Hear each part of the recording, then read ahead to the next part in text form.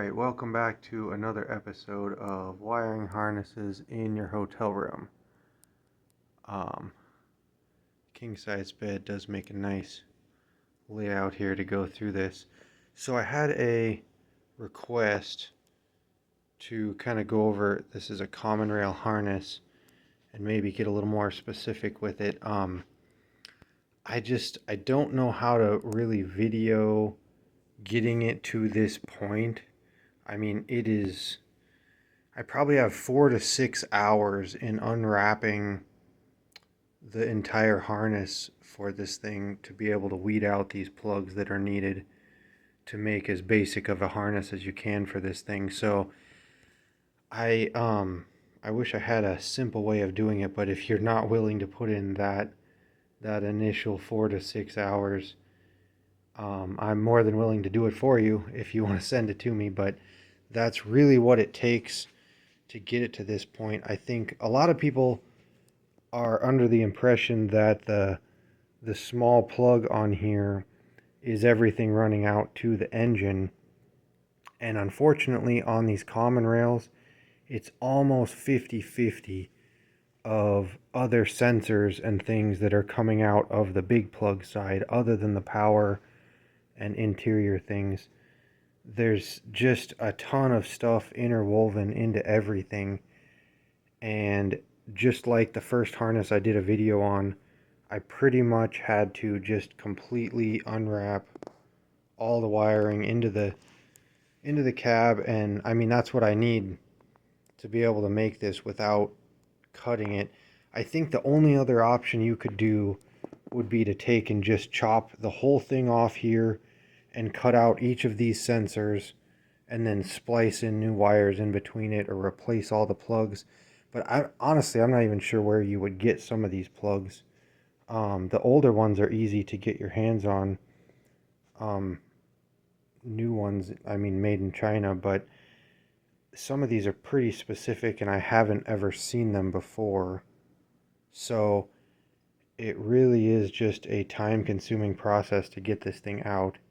It's definitely, I mean, I hope that I can make this simple enough for most people to figure out, but there are a lot of wires to go through on this thing. So I think I kind of figured I'd just go through each of the main plugs that you're going to need. Again, this schematic that's in the TDI swap trucks files section on the Facebook page is crucial to being able to do this. You're going to have to be able to see, because most of these plugs, I mean, a ton of these are the same as other plugs. I mean, there's a ton of duplicates. The only thing you can do is go off of wire colors, which unfortunately even that doesn't match perfectly. There's a few differences over the years. So it definitely is a struggle to just say, yeah, this is the exact process to follow, because there is definitely a lot of room for error.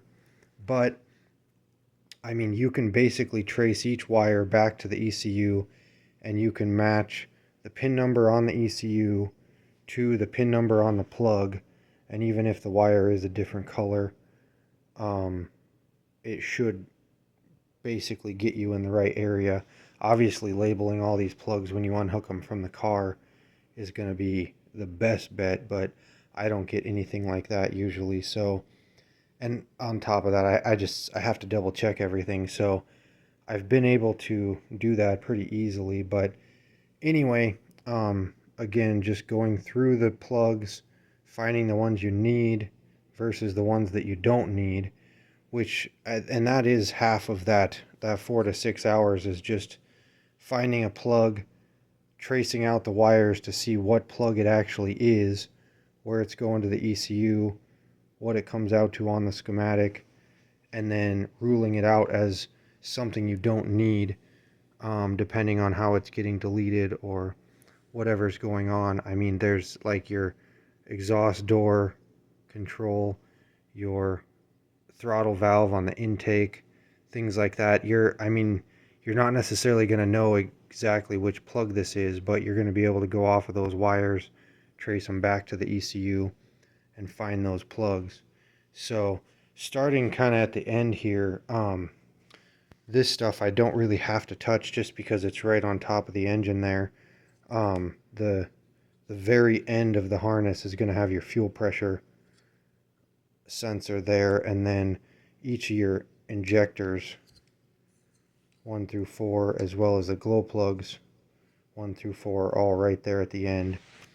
And those are all straight wired to the small plug on the ECU over there, so you can trace those out to verify, but they all match up that way. And then the alternator is gonna be somewhere else. You're gonna have to add that in separate. So that's something that's not gonna come out right away. But most of these can be weeded out, uncut, but they are mixed in with other sensors and other plugs that you're gonna have to cut those plugs off in order to get these wires out of the main bundle of harness and separate it out into this. So I mean, there's a lot of little plugs here. And some of this stuff can get deleted. This is probably a less deleted version of what you could have. So you're gonna have to get with your tuner to be able to really identify which ones you need and which ones you can get rid of. But your turbo, the smart actuator on top of your turbo, that's questionable, could be deleted. You're definitely going to need your fuel temperature. You're going to need your coolant. And then it gets into some fuel stuff here. So there's fuel metering for the high pressure fuel pump. There's fuel regulator. And then after that, it goes right into the crank and the cam sensors. And those are pretty easy to identify because they've got these three twisted wires together on those. And I believe a couple of those wires were a different color than even this schematic here, but everything else checked out, so I could confirm that those were the correct ones. The other thing you're going to see as we go along here is stuff like those fuel metering sensors. Those have 12 volt power going to them, as well as the alternator, and I'm stubbing out those, so I haven't finished this harness. It needs power wired in, and that's going to be kind of up to you. I went over how I splice power together and feed it all off of an 87 relay, but that is something you'll have to take care of on top of this. I'll probably get a little bit of it at the end here once I have this all taped up and finished up. But the next thing that's going to come out would be your map sensor, and that's got 2 twisted pairs on it there, so it's pretty easy to see. And then this, again, this is fuel meter and alternator. You've got the next thing, this is going to come off of the bigger side plug, your N75 valve for the turbo actuator, and then here's the power coming off for that. There you go. There's the power wire for that. A lot of these next plugs here are all coming off of the bigger plug side, the mass airflow sensor. That's probably going to need extended. It's pretty short in the car, but that's just the factory length on it. And then your O2 sensor, that's another thing. Both of those could possibly get deleted in tuning. And then the EGT, usually you want your first EGT probe that's right there off of the turbo. And then this will be, I think this is the mass airflow power. And then as we move over here, we've got the O2 sensor power. And then it gets into the glow plugs. So those get cut in half and they splice in between 2 different sections of the harness.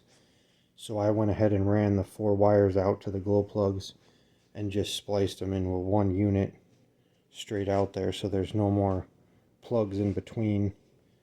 And then the factory ground here off of the ECU there, so I'm gonna have to splice into that for the ground on the glow plug relay. And then of course the glow plug relay will need key on power as well. And then these are the 2 wires coming off of the ECU, your black and your purple, and then the main power that's spliced into all 3 of the power wires there, those are all going to need power as well. So there's a ton of power connections that need all going to one central location.